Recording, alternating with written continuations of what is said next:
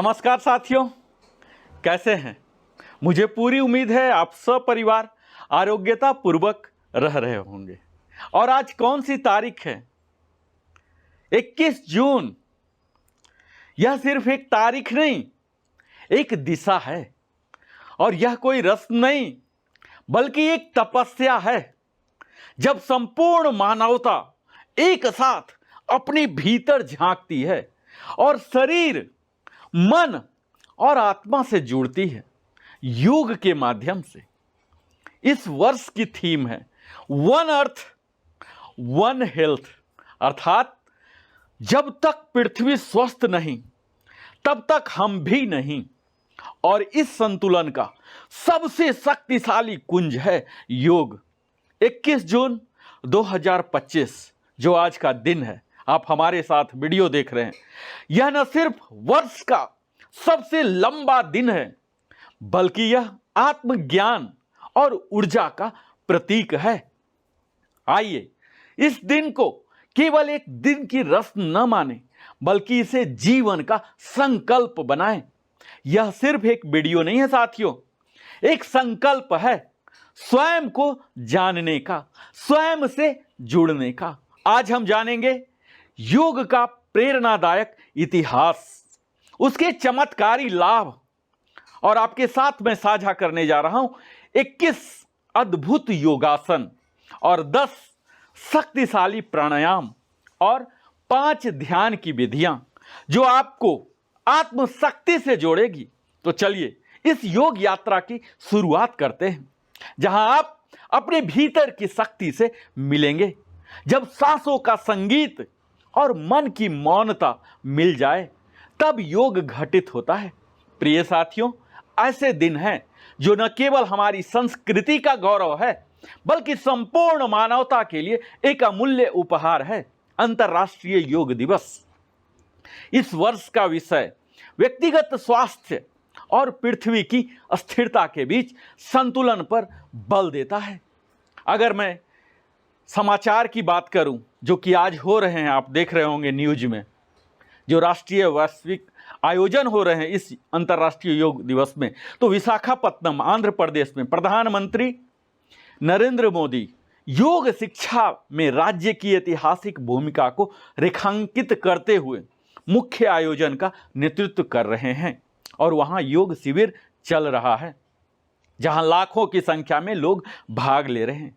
नई दिल्ली में एनएमडीसी द्वारा 8 जगहों पर योग सत्र जो है सेशन यह आयोजित हो रहे हैं। लोधी गार्डन, सेंट्रल पार्क आदि। लगभग 2000 से ज़्यादा प्रतिभागियों के साथ दिल्ली सरकार द्वारा 11 स्थानों पर कार्यक्रम हो रहे हैं, जिसमें यमुना घाट पर स्वयं मुख्यमंत्री रेखा गुप्ता द्वारा पर्यावरण पर आधारित योग सत्र विशेष आकर्षण का केंद्र बना हुआ है। इसके साथ ही भारत के हर भाग में, जैसे लखनऊ, कर्नाटक, लखनऊ विश्वविद्यालय और ऐतिहासिक स्थलों पर योग आयोजित किया जा रहा। बेंगलोर में योग संगम के तहत 5 लाख से अधिक प्रतिभागी भाग ले रहे हैं। और वैश्विक स्तर पर अगर बात करें तो संयुक्त राष्ट्र मुख्यालय न्यूयॉर्क में यह 11वां अंतर्राष्ट्रीय योग दिवस जो कि 20 जून को ही मनाया गया, इस योग के वैश्विक महत्व को दर्शाता है। And today we will celebrate this yoga day 2025 in this video with you. आपके साथ you can heal your body, mind and soul. This will be a complete yoga guide for you. साथियों, यह योग हमारे शरीर, मन और आत्मा की संपूर्ण यात्रा कराने को सक्षम बनाती है। We can transform our life with these 21 asana, 10 pranayama and 5 meditation practice. तो अब हम वीडियो में आगे बढ़ें, इससे पहले मैं Narendra Kumar, wellness consultant, entrepreneur trainer, आप सबों से आग्रह करता हूं कि अगर हमारे चैनल लिविंग हैप्पीली में पहली बार आए हैं तो अवश्य ही सब्सक्राइब कर लें। अब मैं बात करता हूं योग का इतिहास। योग यह भारत की देन है जिसकी जड़ें 5000 वर्षों से भी पुरानी है। और सबसे पहले योग का उल्लेख ऋग्वेद और पतंजलि के योग सूत्र में मिलता है। 2014 में भारत के माननीय प्रधानमंत्री नरेंद्र मोदी जी के प्रयास से संयुक्त राष्ट्र महासभा ने 21 जून को अंतर्राष्ट्रीय योग दिवस के रूप में मान्यता दी। आज 180 प्लस कंट्रीज में यह अंतर्राष्ट्रीय योग दिवस मनाया जाता है। यह एक भारतीय विचार का वैश्विक स्वागत है। योग भारत की मिट्टी से उपजा वह फूल है जिसका सुगंध अब विश्व को महका रही है। अगर हम योग के उद्देश्य और मर्म की बात करें साथियों, तो योग केवल आसन या कसरत इसे मानने की भूल न करें। यह महज व्यायाम नहीं है, यह जीवन जीने की कला है और इसका अर्थ है जुड़ाव, संयम और संतुलन। यह शरीर, मन और आत्मा के बीच समरसता स्थापित करता है। योग वो विज्ञान है जो शरीर को सजग और मन को शांत और आत्मा को जागरूक करता है। अगर मैं योग के लाभ की बात करूं साथियों, तो इसके शारीरिक लाभ हैं। जैसे हमारे रीढ़ की हड्डी जो स्पाइन है, इसमें मजबूती आती है, हमारा वजन संतुलित होता है। कई लोग ओवरवेट, अंडरवेट से पीड़ित होते हैं। इससे हमारी रोग प्रतिरोधक क्षमता, इम्यूनिटी है, यह बढ़ती है। हमारी गट हेल्थ जो पाचन तंत्र है, कुछ भी खा ले पचा लेने की शक्ति होती है। हमारी जो ब्लड सर्कुलेटरी सिस्टम है, रक्त संचार, यह बेहतर होता है। इसके सिर्फ शारीरिक लाभ नहीं है साथियों, मानसिक लाभ भी हैं। जो आज इस दौड़ भाग जिंदगी, क्योटिक लाइफ में तनाव है, स्ट्रेस है, प्रेशर है, इसमें भी कमी लाता है और हमारा मन एकाग्र होता है। हमें अच्छी नींद आती है, साउंड स्लीप हम कर सकते हैं।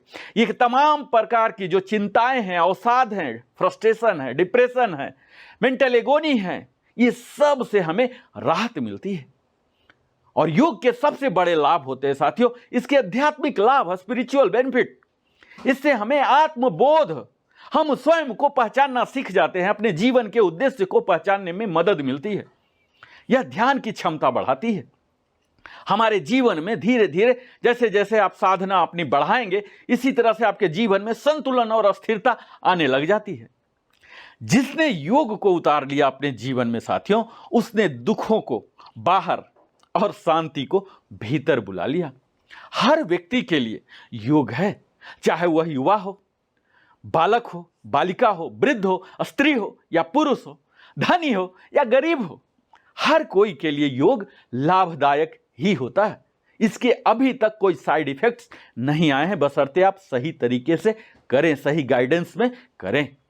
और 2025 का जो थीम का संदेश है, वन अर्थ वन हेल्थ, इस वर्ष की थीम हमें याद दिलाती है कि हमारी व्यक्तिगत सेहत पृथ्वी के स्वास्थ्य से जुड़ी हुई है, क्योंकि हम इस ब्रह्मांड के ही हिस्सा है, पृथ्वी के ही हिस्सा है। योग हमें सतत जीवन शैली जो सस्टेनेबल लाइफ स्टाइल की ओर ले जाता है, जहां हम अपने आप को प्रकृति, पर्यावरण और शरीर के बीच संतुलन बनाते हैं। जो प्लास्टिक का प्रयोग है, इसे घटाना है, जैविक आहार लेना है, मेडिटेशन, ये सब योग के अंग हैं।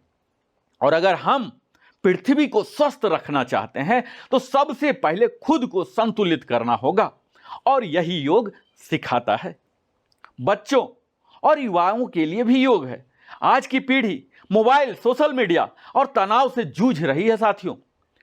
बाल्यकाल में योग उन्हें मानसिक शांति, शारीरिक चुस्ती और जीवन मूल्यों से जोड़ता है, उन वैल्यूज से जोड़ता है, बेहतर संस्कार देता है। स्कूल में योग पीरियड जरूरी होना चाहिए। कई स्कूलों ने इसे अडॉप्ट किया है, सप्ताह में 1 दिन 2 दिन करते हैं। इसी तरह से प्रत्येक स्कूल में यह मैंडेटरी सिलेबस में शामिल किया जाना चाहिए। अब मैं बात करूंगा कि इसकी आप जब लाभ जान गए तो रोज योग को कैसे अपनाएं। तो अगर आपके पास बहुत ही समय की कमी है तो केवल 20 मिनट रोज सुबह खाली पेट योग कर लें, एक शांत वातावरण में। मोबाइल से पहले मैट पर जाएं। हम अक्सर जगते हैं और सीधा मोबाइल हाथ में ले लेते हैं, नोटिफिकेशन देखते हैं, सारे को स्क्रॉल करना शुरू कर देते हैं। उससे पहले आप मैट पर जाएं, योग मैट पर जाएं। मैं दावा देता हूं साथियों, जीवन बदल जाएगा। शुरुआत करें, आसान सी, जैसे ताड़ासन है, वज्रासन है, भ्रामरी है, अनुलोम विलोम से है। और ये समाज में हमें ही योग का प्रचार प्रसार भी करना है, हमें एम्बेसडर भी बनना है साथियों। हर गांव, मोहल्ला, कॉलोनी, स्कूल, ऑफिस में योग शिविर हो, हर व्यक्ति कम से कम एक और व्यक्ति को योग सिखाए। यह हमें जिम्मेदारी लेनी चाहिए। हमें यह भी संकल्प लेनी चाहिए कि मैं तो प्रतिदिन योग करूंगा और कम से कम एक व्यक्ति को योग से जोड़ूंगा। अब मैं आपको बताने जा रहा हूं कि आम व्यक्ति के लिए कौन सी वो सरल योगासन है। इन आसनों को आप आसानी से 30 से 45 मिनट में अपने दिनचर्या में शामिल कर सकते हैं। और हर आसन में आपको 5 से 7 सांसों तक रुकना है, ताकि आप भरपूर लाभ इसका उठा सके। आप योग सेशन का शुरुआत अगर थके हुए हैं तो आप शवासन से ही शुरू कर सकते हैं या ताड़ासन से कर सकते हैं और अंत में शवासन करें। और आप अगर अफोर्ड कर सकते हैं वार्म अप के लिए ब्रिस्क वॉकिंग से, फास्ट वॉकिंग से, रनिंग से, तो ये और 4 चांद लगा देगा साथियों। तो मैं वेलनेस कंसल्टेंट हूं, आपको पूरे योग की क्लास में लाता हूं इस भाषण प्रवचन से निकालकर। तो अब मैं सिर्फ योग की बात करूंगा, जहां मैं योग का जो योगासन का क्रम बता रहा हूं इसी क्रम में कर सकते हैं, या आपको अगर सलाहकार है या खुद आप अपने शरीर पर प्रयोग कर रहे हैं तो इस क्रम को अलग भी कर सकते हैं। मैं यहां 21 योगासन बताने जा रहा हूं और 10 प्राणायाम और 5 ध्यान की साधन आपके साथ साझा करूंगा। इसमें से जो आपको अच्छा लगे वही आप करें। सारा के सारा एक दिन में कर लेना संभव नहीं है और यह जरूरी भी नहीं है।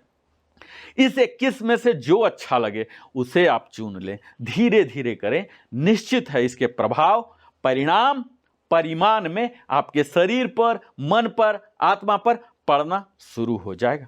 तो सबसे पहले मैं शुरू करूंगा स्टैंडिंग पोजेज का, खड़ा होकर की जाने वाली, सीटेड पोज बैठकर की जाने वाली, और लाइंग पोज लेट कर की जाने वाली। इन तमाम सीक्वेंस में ही आपको भी सदैव करना है, यानी कि पहले वार्म अप कर लीजिए, फिर आसन, प्राणायाम और ध्यान, यही सीक्वेंस होना चाहिए। तो मैं सबसे पहले आपको ताड़ासन बताता हूं साथियों, माउंटेन पोज।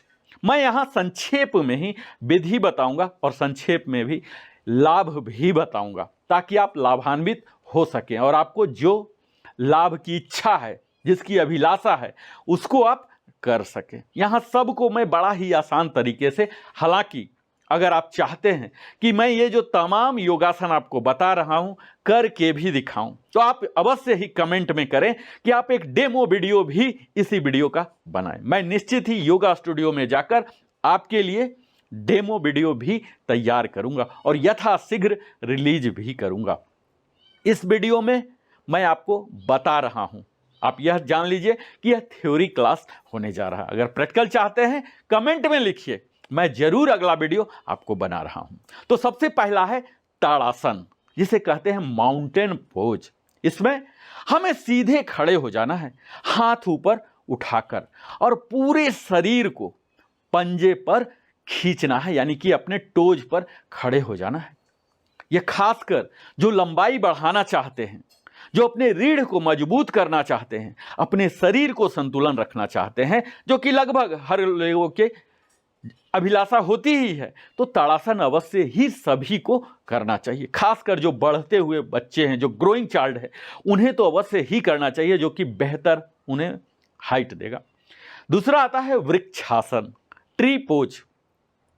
एक पैर आप फोल्ड करके दूसरे जांघ पर रख लें और हाथ नमस्कार की मुद्रा में ऊपर रखें। इससे आपके पूरे शरीर में एक खिंचाव आता है, स्पाइन में खिंचाव आता है, जो कि हमें, चूंकि हम एक ही पैर पर खड़े हैं, तो हमें संतुलन देता है, ध्यान और मानसिक स्थिरता में भी वृद्धि करती है। तीसरा है त्रिकोणासन, ट्रायंगल पोज। हमें खड़े होकर पैर फैलाना है, दोनों को अपने शोल्डर विड्थ से डबल, और एक हाथ को झुकाकर जमीन की ओर लाएं और दूसरा ऊपर रखना है, आंख आसमान की ओर रखना। अगर इसके लाभ की बात की जाए तो इससे हमारे कमर, जो ओब्लिक मसल हैं, ये श्रेड होते हैं। पेट, जांघ की जो चर्बी होती है, जिसे हम आम भाषा में मोटापा कहते हैं, तोंद निकलना कहते हैं, इसका कमी होगा और संतुलन हमें अच्छा मिलेगा। चौथा है सूर्य नमस्कार, सन सैल्यूटेशन, जो कि मेरा सर्वप्रिय है। जब मुझे समय मिलता है तो एक दिन में मैं 101 भी करता हूं और प्रतिदिन 11 टाइम्स तो अवश्य ही करता हूं। और आपको भी सलाह करूंगा कि आप 9 टाइम्स तो प्रतिदिन अवश्य ही करें। यह मूलतः 12 आसनों की एक श्रृंखला होती है, जो कि अलग अलग है विस्तार में। अगर आप चाहते हैं तो लिविंग हैप्पीली में ही सूर्य नमस्कार को मैं विस्तार से कई वीडियो में बताया हूं, और चाहते हैं तो ये सेपरेट वीडियो बनेगा इसमें 12 का। मैं एक लाइन में यही बता सकता हूं कि सूर्य नमस्कार के नियमित अभ्यास से आपका वजन नियंत्रण, जो हम वेट कंट्रोल के लिए, फैट कंट्रोल के लिए जो मरते हैं, ये होगा, और हमारी ऊर्जा में अथाह वृद्धि होती है, हमारी कुंडली शक्ति जग जाती है। अब मैं बात करूंगा सीटेड पोजेज की, जिसमें आप सूर्य नमस्कार के बाद गौमुखासन, cat and cow pose, cow face pose कर सकते हैं। एक पैर दूसरे के ऊपर बैठकर की जाने वाली है, एक पैर दूसरे के ऊपर, और हाथों को पीठ के पीछे पकड़ना है ऐसे। और इससे हमें कंधों की जो जकड़न अकड़न हो जाती है, आज के डेट में कई लोग जो वर्क स्टेशन पर बैठे रहते हैं, जो मोनोटोनस लाइफ हो गए हैं, इससे हमारे कंधे में अकड़न जकड़न हो जाते हैं, स्टिफनेस, फ्रोजन शोल्डर बोलते हैं, और हमारे शरीर में समरसता आती है। अगला है शशांकासन, रैबिट पोज। यहाँ हर आसन में आप देख रहे होंगे कि किसी वस्तु या किसी पशु, जीव, जंतु का नाम लिया गया है। यह इसीलिए कि उसके पोज को हमें धारण करना है और कुछ सेकंड के लिए, कुछ सांसों तक उसी पोज में बने रहना है। यही यहाँ मूल उद्देश्य है साथियों। यह शशांकासन में आपको वज्रासन से आगे झुकना है, अपने माथा को जमीन से लगाना है। इससे हमारे जीवन की जो तनाव है हर दिन होने वाली, इससे मुक्ति प्राप्त होती है, और बैक पेन से जो ग्रसित रहते हैं उन्हें भी यह लाभ पहुंचाएगा। अगला है बालासन, चाइल्ड पोज। घुटने के बल झुककर माथा को जमीन पर टिकाना है। जैसा आप नाम ही सुन रहे हैं कि बालक, जैसे हम लोग भी स्वयं किए होंगे, या आप अपने अब आसपास के बच्चों को देख सकते हैं, इस पोज में वो सब हमेशा रहते हैं। कुछ मांगना होता है तो यही बालासन में चले जाते हैं, रूठते हैं तो इसी पद में चले जाते हैं। इससे हमारे मन को शांति मिलेगी और थकावट, सारे दिन का जो थकावट होता है, इससे दूर हो जाते हैं। अगला है उष्ट्रासन, कैमेल पोज। ऊंट की भांति हमें बनना है साथियों। यह हमारे घुटने के बल बैठकर हमें शरीर को पीछे की ओर कर लेना है, एड़ियों को हमें पकड़ना है, और यह क्या करती है, हमारे चेस्ट को एक्सपैंड करती है। 56 नहीं, 106 इंच का भी बना देगा आपके छाती को। यह हमारे थायराइड और रीढ़ की हड्डी में लचीलापन लाता है, यानी कि आप देर तक बैठ सकते हैं, चल सकते हैं। कई लोग तो अपने शरीर के दर्द के कारण इतने परेशान होते हैं कि वह सो भी नहीं सकते, तो ये सारी शक्ति आपको प्रदान होगी। अगला है धनुरासन, जिसे कहते हैं बो पोज। पेट के बल आपको लेट जाना है और पैरों को पकड़ लेना है। आप अपने शरीर को बिल्कुल धनुष की आकृति में ले आएं। इससे हमारे स्पाइन में फ्लेक्सिबिलिटी आता है, रीढ़ की हड्डी में लचीलापन होता है, और चूंकि हम अपने गट एरिया पर काम करते होते हैं, तो इससे हमारे पाचन प्रक्रिया में भी सुधार आता है। अगला है वज्रासन, थंडर बोल्ट पोज। यही एकमात्र ऐसा आसन है जिसे आप भोजन के तुरंत बाद भी कर सकते हैं। इसमें हमें करना क्या होता है, तो दोनों पैरों को मोड़कर घुटनों पर हमें बैठना है, और हाथ को घुटनों पर इस तरह से आप रख लें। इससे हमारी पाचन प्रक्रिया में भयंकर सुधार होती है। अगला आता है पश्चिमोत्तासन, सीटेड फॉरवर्ड बेंड। इसे बैठकर दोनों पैरों को हम ऐसे फैलाकर सीधा रखते हैं और झुककर अपने टोज को पकड़ते हैं, थंब को पकड़ते हैं, और प्रयास करते हैं कि अपना सर घुटनों पर सटा दें। इससे लाभ जो होते हैं, हमारे पाचन प्रक्रिया में मजबूती आती है, हमारे मोटापा से हमें निजात पाते हैं, और अनिद्रा में भी लाभ होता है। यानी कि साउंड स्लिप अगर चाहिए तो आप यह आसन अवश्य ही करें। अगला है मत्स्यासन, फिश पोज। इसमें पीठ के बल हमें लेट जाना है और छाती को ऊपर उठाकर मछली जैसी आकृति बनाएं। मैंने इसे बड़ा ही आसानी रूप से गढ़ा है साथियों, और इंग्लिश में भी बता रहा हूं कि फिश पोज, यानी कि आपको फिश की आकृति में आ जाना है और कुछ देर वहां टिकना है। जितना देर तक आप उस पोज में टिके रहते हैं उतना ज़्यादा लाभ आप प्राप्त करेंगे। अगर फिश पोज की लाभ की बात की जाए तो इससे हमारे थायराइड और रिस्पायरेटरी इश्यू जो हैं, श्वसन की समस्याएं, हमारे गले की समस्या, इसमें लाभ होता है। अगला है नौकासन, बोट पोज। इसमें हमें पीठ के बल लेटना है, सिर और पैरों को एक साथ ऊपर उठाकर नाव जैसी आकृति बना लेना है। इसमें कोई बहुत लंबा चौड़ा भाषण देने की जरूरत नहीं, बस मन में रखिए कि नाव और उसके शरीर, उसके स्ट्रक्चर को, उसके शेप को आप ले लीजिए, हो गया। अब इसके लाभ, इससे हमारे पेट की चर्बी, क्योंकि वहां एक खिंचाव आ रहा है, हमारे कोर मसल में एक्सटेंशन आ रहे हैं, और इसके साथ ही हमारी कंसंट्रेशन, फोकसिंग पावर, एकाग्रता बढ़ती है साथियों। किसी भी विषय पर आप लंबे समय तक सुन सकते हैं, समझ सकते हैं, बोल सकते हैं, लिख सकते हैं। ये सारी क्षमताएं आती हैं हमारी जब कंसंट्रेशन बढ़ती है। अगला है अर्ध मतेंद्रासन, हाफ स्पाइनल ट्विस्ट। जैसा कि आप नाम से ही समझ पा रहे हैं, अगर इंग्लिश में सहज हो तो इंग्लिश से समझ जाएंगे, अगर हिंदी में है तो अर्ध, आधा है, यानी कि हमें बैठकर एक पैर मोड़ना है और घुमाकर शरीर को ट्विस्ट कर लेना है।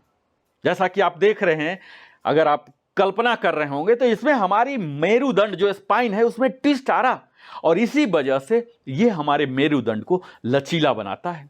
और चूंकि गट एरिया में हो रहा तो हमारी पाचन प्रक्रिया, जो कि अंग ऐसे हैं जैसे हमारे स्मॉल इंटेस्टाइन हैं, लार्ज इंटेस्टाइन हैं, लीवर हैं, ये सब तमाम जो हैं अंग, हमारे पैंक्रियाज हैं, गॉल ब्लाडर हैं, डायरेक्ट दिखते नहीं, डायरेक्ट हम कुछ कर नहीं सकते, लेकिन जब हम यह आसन करते हैं तो इनमें एक बेहतर मसाजिंग होता है, और वही अल्टीमेटली उन्हें बेहतर बनाने के लिए बेहतर एंजाइम्स, बेहतर हार्मोन नियमित रूप से स्रावित करने के लिए बाध्य करता है, और इस प्रकार हमारा पाचन प्रक्रिया बिल्कुल सुदृढ़, संतुलित हो जाता है। अब मैं बात करूंगा साथियों लेटे हुए आसन, लाइंग पोजेज की। इसमें सबसे पहला है भुजंगासन, जिसे कोबरा पोज कहते हैं। हमें पेट के बल लेट जाना है और हाथों से शरीर को ऊपर उठाना है। बड़ा ही सिंपल है, सिर्फ आप नाम याद रखें, ज्यादा विधि को याद रखने की जरूरत ही नहीं पड़ेगी। यह वीडियो कंप्लीट गाइड के रूप में इस्तेमाल आप कर सकते हैं साथियों। अगर आपने लिविंग हैप्पीली को अभी तक सब्सक्राइब नहीं किया तो देर किस बात का, आप अवश्य ही सब्सक्राइब करें। इससे मेरा भी मनोबल बढ़ता है, मुझे भी मोटिवेशन आता है। लाइक करें और अपने सगे संबंधियों के साथ भी यह वीडियो साझा करें। अगर मैं भुजंगासन की लाभ की बात करूं तो इससे हमारे कमर दर्द, क्योंकि आप देख रहे हैं यही आज के समय में युवा L1, L2, L3, L4, L5, S1, S2, specially L4, L5, S1, L5, S1, ये सबसे ग्रसित लोग आपको आए दिन मिलेंगे, जो आए दिन MRI, CT स्कैन और तमाम किस्म की सर्जरी तक चले जाते हैं। अगर ये सब बीमारियों का आप खुद इलाज की नौबत ही ना आए, यानी कि प्रिवेंटिव मेजर्स अगर लेना चाहते हैं तो आप भुजंगासन नियमित करें, आपको कमर दर्द कभी होगा ही नहीं। तो यह हमारे कमर दर्द में निजात दिलाता है, पीठ की मजबूती सुनिश्चित करता है, और स्लिप डिस्क जो कि मैंने अभी बताया, ये जो हमारे जो हर स्पाइन के बीच में जो डिस्क लगे हुए हैं, इन्हें फ्लेक्सिबल बनाता है, इन्हें हेल्दी बनाता है। दर्द होने का सवाल ही नहीं, वो अपनी जगह पर अगर रहेंगे तो नर्व्स को भी लोकेट करेंगे और आपके किसी भी प्रकार की नर्व्स दबेंगे नहीं और किसी प्रकार की दर्द महसूस नहीं होंगे। आपके हेल्दी नेरो सिस्टम रहेंगे, नेरोलॉजिस्ट के पास जाने की जरूरत नहीं पड़ेगी। अगला योगासन है अर्ध हलासन, हाफ प्लग पोज। जैसा कि हम लोग अपने बाल्यावस्था में देखा हूं, मैं तो देखा हूं कि कैसे बैल हल जोतते हैं, उसके हल के आकार का ही आपको शरीर बना लेना है साथियों। और यह होगा जब हम पीठ के बल लेटते हैं और दोनों पैरों को आप धीरे धीरे 30, 45, 60, 90 तक आप उठा लें पैर को। इससे हमारे पीठ के चर्बी कम होते हैं। जब आप अगर करेंगे, आजमा के देखिए, आप देखिए कि यहाँ कोर एरिया में पूरा खिंचाव आता है, और यही वजह होता है हमारे पेट के चर्बी को कम कर देता है। और इसके साथ ही हमारे थायराइड को भी नियंत्रित करता है। अगला आता है पवन मुक्तासन, जिसका कि नाम आप बड़े ही सुने होंगे, नाम से ही ऐसा लग रहा, विंड रिलीविंग पोज। हमारे शरीर में जो जहां तहां ये जो पवन फंस गए हैं, एयर फंस गए हैं, हम जब सांस लेते हैं मुंह से, कई बार जैसे मैं बोल रहा हूं, अभी बोलने के दौरान हमें कम बोलना चाहिए, नहीं बोलना चाहिए, मौन होना चाहिए, फिर भी जरूरत है, बोलना तो हर व्यक्ति को पड़ता ही है। इस बोलने के दौरान हमारे मुंह में भी हवा जाते रहते हैं, हमारे भोजन के साथ चले जाते हैं। कई बार हम ज्यादा थके होते हैं, परेशान होते हैं, मुंह से सांस लेना शुरू कर देते हैं, और यह मुंह से लिया हुआ हवा जहां तहां पूरे शरीर में, ना कि सिर्फ पाचन तंत्र, हर जगह फंस जाते हैं। तो मुख्य उद्देश्य यहां यही होता कि उन फंसे हुए जो ट्रैप्ड एयर है, इसे निकालना है। अगर यह एयर फंसे हुए हैं तो हमें बेहतर से हमारे अंग प्रत्यंग जो सेल हैं, टिश्यू हैं, स्नायु हैं, इन्हें काम करने नहीं देता। तो इन फॉरेन ऑब्जेक्ट जो एयर है, इन्हें निकालना है। और यह होते हैं पीठ के बल हम लेट जाते हैं और एक एक करके पैर को मोड़ते हैं इस तरह से, और छाती पर लगाएं, ठुड्डी भी घुटना में ऐसे सटाएं, और फिर स्टार्ट रोलिंग, या फिर वहीं बने रहें, साइड वाइज रोल करें, फॉरवर्ड करें।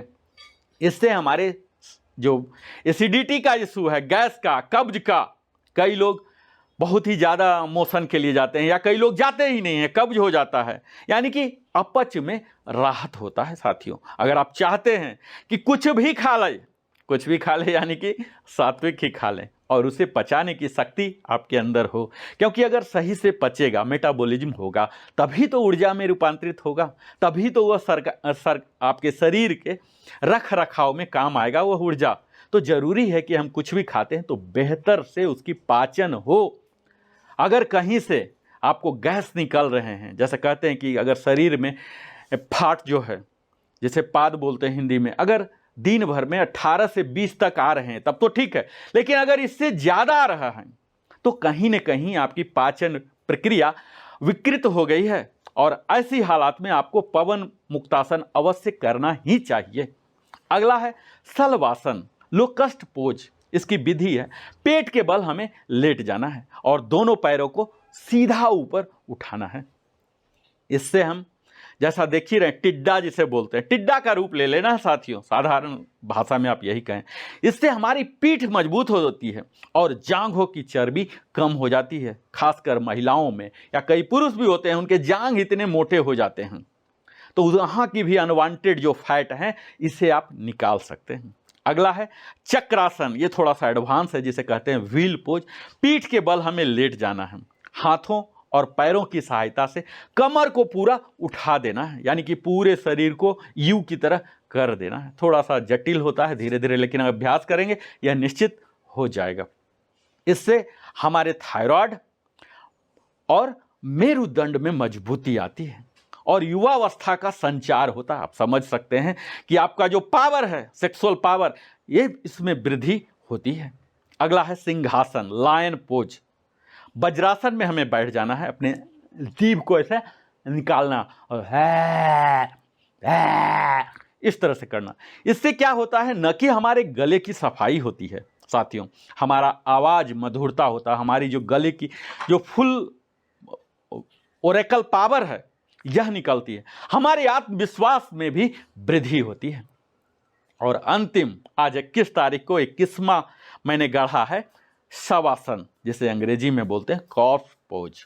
यह आराम दिलाने वाली होती है, आराम नहीं, माइंडफुल रेस्ट, जहां कि हमारा पूरा शरीर यह अनुभव करते होता है कि हमारे सारे अंग प्रत्यंग, सेल, टिश्यू रेस्ट कर रहे हैं, यह आप अनुभव करते हैं। कहा जाता है कि जब हम सोते हैं तब भी तो आराम ही मिलता है, तो शवासन और सोने में अंतर क्या है साथियों? जब हम सोते हैं तो हमारी सारी इंद्रियां बंद हो जाती है, हम कुछ सोच नहीं होते हैं, लेकिन शवासन है जो कि इसे सोने से भिन्न बनाता है, क्योंकि हम यह महसूस करते होते हैं हमारे एक एक अंग आराम कर रहे हैं। इसके तहत हम पीठ के बल शांतिपूर्वक लेट जाते हैं, अपने शरीर को बिल्कुल ढीला छोड़ देते, कहीं कोई स्टिफनेस इस तरह से ऐसे नहीं करना है। इससे हमें संपूर्ण विश्राम, कंप्लीट रेस्ट मिलता है, तनाव से मुक्ति मिलती है और ध्यानपूर्वक हमें विश्रांति मिलती है। इन आसनों को संपूर्ण शरीर के लिए लाभकारी माना जाता है और आप इन्हें अपनी दिनचर्या में शामिल करके अपने शारीरिक और मानसिक स्वास्थ्य को सुदृढ़ कर सकते हैं। इसमें खड़े हुए आसनों से बैठे हुए और अंत में लेटे हुए आसनों तक का क्रम मैं बताया हूँ। अगर आपको लगता है कोई कंसल्टेंट आपको और बेहतर बता रहे हैं तो आप उनको फॉलो कर सकते हैं। ऐसा कोई ज़रूरी नहीं कि यही सीक्वेंस ही आपको लिया जाए। जितना आप कर सकते हैं आप कीजिए, लेकिन मेरा आग्रह है एक बार आप योग कंसल्टेंट जो हैं, ट्रेनर, उनसे कांटेक्ट जरूर ही करें क्योंकि कई बार करने से अनवांटेड आप मसल को ये दे देते हैं, स्ट्रेस दे देते हैं। तो लाभ, अगर पूरा लाभ चाहते हैं आप मुझसे भी संपर्क स्थापित कर सकते हैं। चैनल में कमेंट दीजिए, हमारी टीम आपसे संपर्क करेगी। तो यह सहज बनाने के लिए है। अब मैं बात करूंगा 10 मेन प्राणायाम टेक्निक साथियों, जिसकी मैं इसी तरह से प्रोसीजर बताऊंगा और बेनिफिट्स भी बताऊंगा, जो कि किसी भी उम्र, किसी भी परिस्थिति और स्वास्थ्य के लिए बेहद लाभकारी सिद्ध होने वाला है। जिसमें सबसे पहला है अनुलोम विलोम प्राणायाम, अल्टरनेट नोस्ट्रिल ब्रीदिंग। इसकी विधि है, एक नथुने से दाहिने से सांस लें और दाहिना बंद करें, फिर दूसरे से छोड़ें और फिर प्रक्रिया उल्टें। यह 5 से 10 मिनट तक करें। इससे नाड़ी शुद्धि, जो नाड़ी क्लिनसिंग है, यह होता है। हमारा मन शांत होता है, तनाव कम होता है। हमारे जो हाई बीपी होते हैं, हाई बीपी वाले हैं, उसमें लाभकारी होते हैं, और जिनको किसी भी हाई बीपी, लो बीपी नहीं है, संतुलित रखने में मदद करता है। अगला है कपालभाति, जिसे कहते हैं स्कल स्काइनिंग ब्रेथ। नाक से तेज गति से सांस छोड़ें, पेट अंदर खींचें। सांस लेना स्वाभाविक हो, लेकिन छोड़ना पावरफुल एक्सहेल हो। 30 से 60 बार एक राउंड का कर सकते हैं। इससे हमारे पेट की चर्बी घटती है, पाचन अच्छा होता है और हमारी मनोदशा में सुधार होती है, जिसे हम बोलते हैं attitude, better attitude, improvise attitude आपको मिलता है साथियों। अगला है भस्त्रिका प्राणायाम, बिल्लो ब्रीदिंग बोलते हैं। तेजी से गहरी सांस लें और छोड़ें, फटाफट फटाफट फटाफट, समान बल से दोनों जगह, इनहेल एक्सेल दोनों में बराबर ही लगाना है। शुरुआत में 10 बार करें और धीरे धीरे आप बढ़ा सकते हैं। रेपिटेशन की संख्या बढ़ा सकते हैं, सेट की संख्या बढ़ा सकते हैं। यह आपके शरीर का ऊर्जा बढ़ाएगा, आपके लंग्स को स्ट्रॉन्गर बनाएगा और जो अवसाद या सुस्ती होता है, ये सब को दूर करेगा। अगला है भ्रामरी प्राणायाम, जिसे कहते हैं हुमिंग बी ब्रीथ। जो भौंरा होता है, भौरे की आवाज़ आपने अवश्य ही अपने जीवन में अनुभव किया होगा साथियों। इसके लिए हमें कान बंद कर लेना है, आंखें मूंद लेना है और म की ध्वनि, जो ओम का म है लास्ट अक्षर, उसके ध्वनि को सांस छोड़ना है। इसके लाभ हमारे तनाव, अनिद्रा और सिर दर्द से राहत होता है। कई लोग माइग्रेन से दिन भर इस तरह से कचबकच खाते हैं, सोचते हैं, वो दिमाग में स्टक हो जाता है। ये सब को अगर निकालना चाहते हैं, अपने मस्तिष्क को शांत करना चाहते हैं, एकाग्रता में वृद्धि करना चाहते हैं, तो यह आपको अवश्य ही करना चाहिए, भ्रामरी प्राणायाम। अगला है उज्जाई प्राणायाम, जिसे कहते हैं विक्टोरियस ब्रेथ। गले से सांस लेना है हमें, जिससे हल्की सी आवाज निकले और फिर धीरे धीरे छोड़ें। इससे हमारे थायराइड, चूंकि हम गला पर ही काम कर रहे हैं, अपने गला और स्वर हमारे सुधरते हैं। इस स्वर में मधुरता आते हैं, स्वीटनेस आते हैं, सॉफ्टनेस आते हैं साथियों। यह योग निद्रा व ध्यान में सहायक माना जाता है। इसके बाद आता है शीतली, कूलिंग ब्रेथ, जिसमें हम जैसा देख ही रहे हैं कि हमारे शरीर को ठंडा करना, जो कि अक्सर आप गर्मी के दिन में ही तो करेंगे मौसम के अनुसार। तो जीभ से नली के रूप में पाइप की तरह बना लेना है और उससे सांस लेना है और नाक से छोड़ना है। हमें यूजुअली अक्सर हमें मुंह से सांस नहीं लेना है, यह सुनिश्चित करना कि मुंह से हवा न जाए, लेकिन यहाँ शीतलता लेना है, एयर कंडीशन फिट कर लेना है, तो मुंह से नली की जैसा लेना है, सक करना है एयर को, और इससे हमारा शरीर बिल्कुल ठंडा हो जाता है। जो हाई बीपी से या गुस्से में रहते हैं, उन्हें तो यह अवश्य करना चाहिए, क्योंकि उससे इसमें राहत मिलती है। अगला आता है शीतकारी, हिसिंग ब्रेथ। जैसा आप सोच रहे होंगे, दांतों के बीच, ये दांत की सफाई भी करता है। दांतों के बीच से ऐसा बंद करके, ऐसे मुंह बंद करके और नाक से छोड़ना है। इनहेल करना है दांतों से और बंद करके नाक से एक्सेल करना है। इससे हमारे शरीर में शीतलता आती है, क्रोध या पित्त दोष से राहत मिलती है। अगला है सूर्य भेदी, जिसे कहते हैं राइट नोस्ट्रिल ब्रीदिंग। केवल दाहिने नथुने से सांस लेना है। जैसा आपको मालूम होगा कि हमारा दाहिना जो है ये हीटिंग के लिए है और लेफ्ट जो है कूलिंग के लिए। तो हमें अगर गर्म करना है अपने आप को तो राइट से लेना है और बाएं से छोड़ना है। इससे क्या होता है, शरीर में गर्मी बढ़ता है। कई लोग जुकाम या सुस्ती से ग्रसित रहते हैं, उन्हें यह अवश्य करना चाहिए। अगला है चंद्रभेदी प्राणायाम, लेफ्ट नॉस्ट्रिल ब्रीदिंग। जैसा कि मैंने बताया कि लेफ्ट कूलिंग के लिए रिस्पॉन्सिबल होता है, तो केवल बाएं नथुने से हमें सांस लेना है और दाहिने से छोड़ना है। इससे शरीर में ठंडक मिलती है, अगर गर्मी में ज़्यादा ही परेशान है तो, बेचैन है तो। इससे हमारी मानसिक संतुलन और अनिद्रा में भी लाभ मिलता है। अगला है नाड़ी शोधन प्राणायाम, सब्टल नर्व प्यूरिफिकेशन। इसकी विधि अनुलोम विलोम की ही प्रक्रिया पर गहरी, धीमी और ध्यान पूर्वक हमें करना है। हर राउंड 4 सेकेंड सांस लेना है, 8 सेकेंड छोड़ना है और 4 सेकेंड, 8 सेकेंड रोकिए और 4 सेकेंड छोड़िए, यानी कि 1:1 के रेशियो में आपको इनहेल और एक्सेल करना है।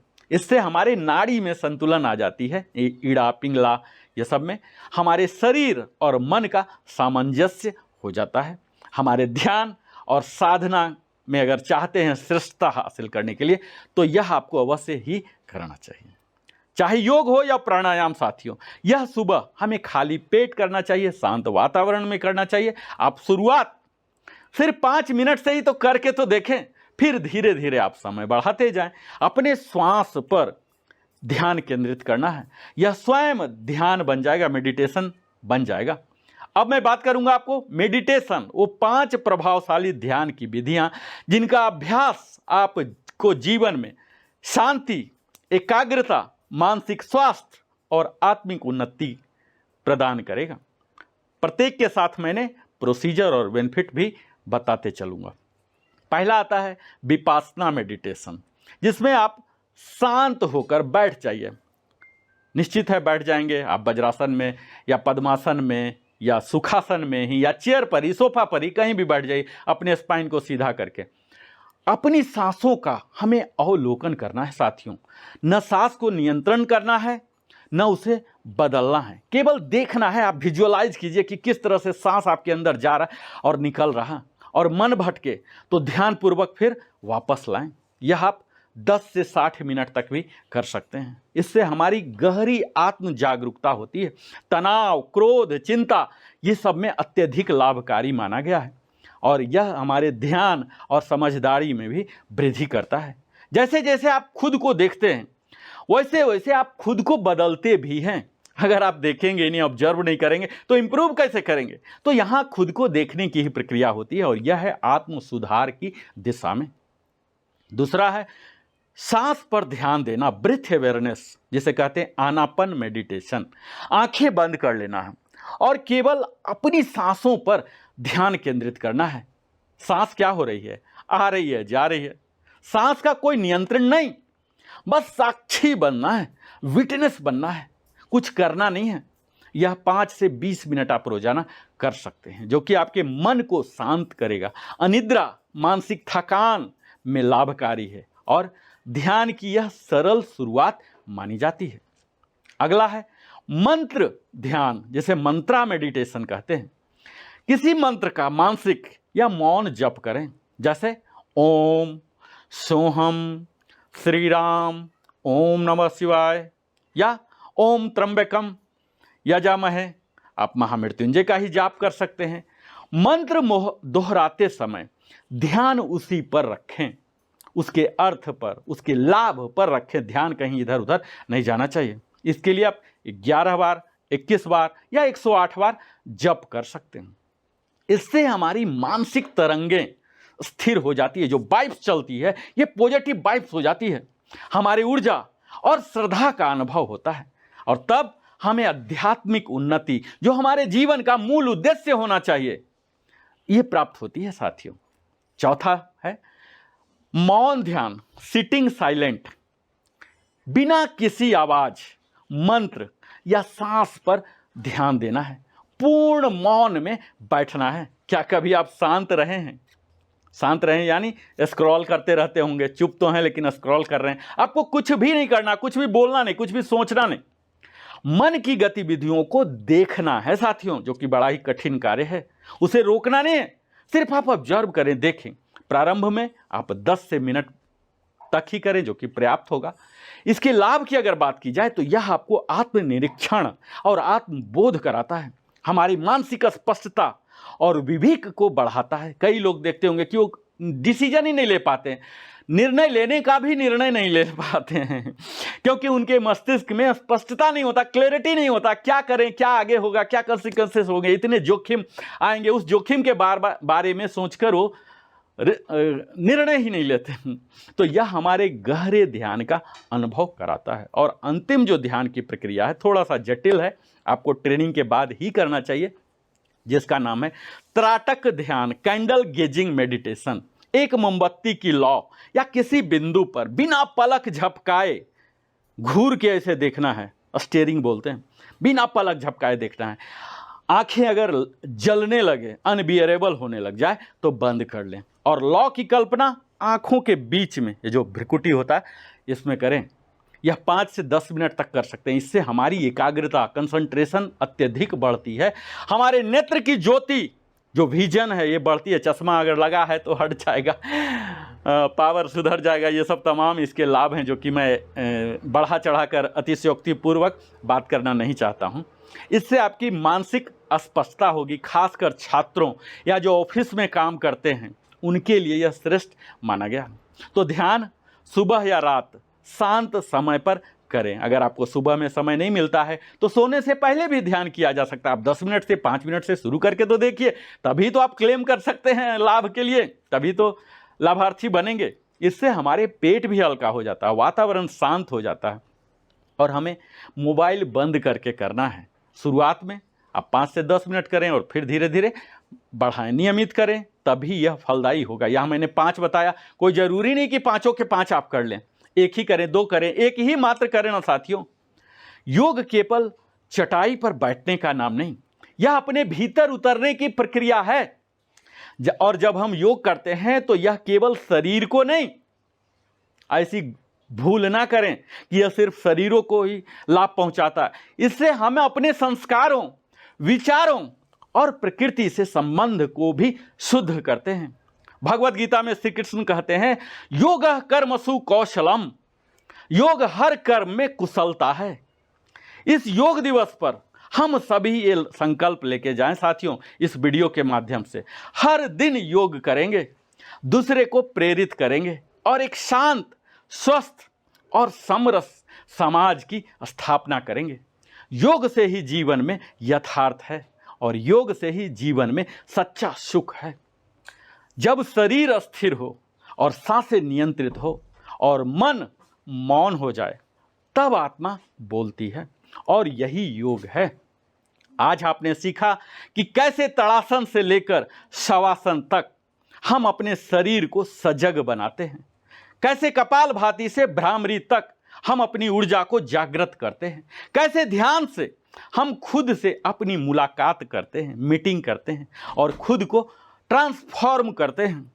योग कोई विकल्प नहीं है साथियों, आज के समय में ये जरूरत है। योग कोई आसन नहीं है, ये आस्था है। और योग कोई सीमित समय की गतिविधि नहीं, ये संपूर्ण जीवन का विज्ञान है। और अगर आपने इस वीडियो से कुछ भी सीखा है या महसूस किया हो तो इसे जरूर अपने सगे संबंधियों, मित्रों के साथ भी साझा करें, ताकि हर घर, हर दिल तक योग की रोशनी पहुंचे। योग करें अपने लिए, समाज के लिए और इस धरती के लिए, क्योंकि वन अर्थ वन हेल्थ, यही अंतर्राष्ट्रीय योग दिवस 2025 का संदेश है। बहुत बहुत धन्यवाद नरेंद्र कुमार वेलनेस कंसल्टेंट की ओर से। अगर आपने अभी तक हमारे चैनल लिविंग हैप्पीली को सब्सक्राइब नहीं किया, अवश्य ही सब्सक्राइब करें, लाइक करें, बेल आइकन भी पुश करें, ताकि आपको इसी प्रकार की प्रेरणादायक, दमदार योग से, व्यायाम से, मोटिवेशन से, स्पिरिचुअलिटी से, बैंकिंग से, पेंशन से, तमाम विषयों पर आपको वीडियो लगातार मिलते रहें। आप हमारे साथ इसी प्रकार जुड़े रहें। कमेंट के माध्यम से आप कुछ भी पूछ सकते हैं, बता सकते हैं, पर यह जरूर ध्यान रखें, अपने भाषा को मर्यादित रखें। बहुत बहुत धन्यवाद। जय हिंद, जय भारत, वंदे मातरम, जय श्री कृष्ण। फिर मिलता हूँ अगले वीडियो में।